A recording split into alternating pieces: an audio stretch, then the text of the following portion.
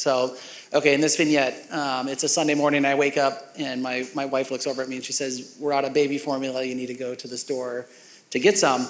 And so, as a military officer, I'm gonna do my mission analysis, and the first thing I realize, we've had a logistical failure, but that's kind of aside from the point now. The mission is the mission, and we gotta get the baby the food. So I walk up to my car, and when I get there, it's snowing.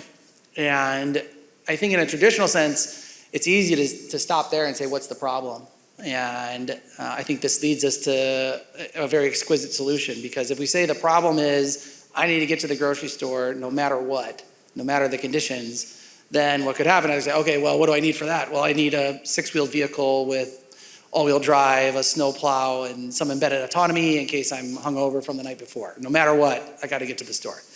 And in the traditional sense, like, okay, yeah, our war plan says this is what we need, and then we go talk to a big prime, and they develop the thing, and it takes 8 inventions to field it, and 30 years later, we're hoping that it's IOC. But the mistake we made was like confusing an environmental analysis for an engineer or an actual problem. Because the actual problem, now if you brought this problem to somebody in Canada, they would say, the problem is just the coefficient of friction between your tire and the road.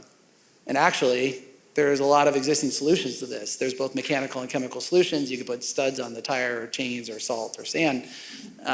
But it's that knowing and being around the technology or being around the environment that makes them so good at identifying the actual problem. And if you brought this problem, to Puerto Rico or to Ecuador, wherever, name your tropical place, they would probably agree that the problem is environmental conditions change and you need to do that. And so, when I think about one of the purposes that we're here and why it's important to have the Air Force embedded at Stanford and in Silicon Valley, is that it gives us the opportunity to become knowledgeable about what's being fielded and why that works and why that doesn't work.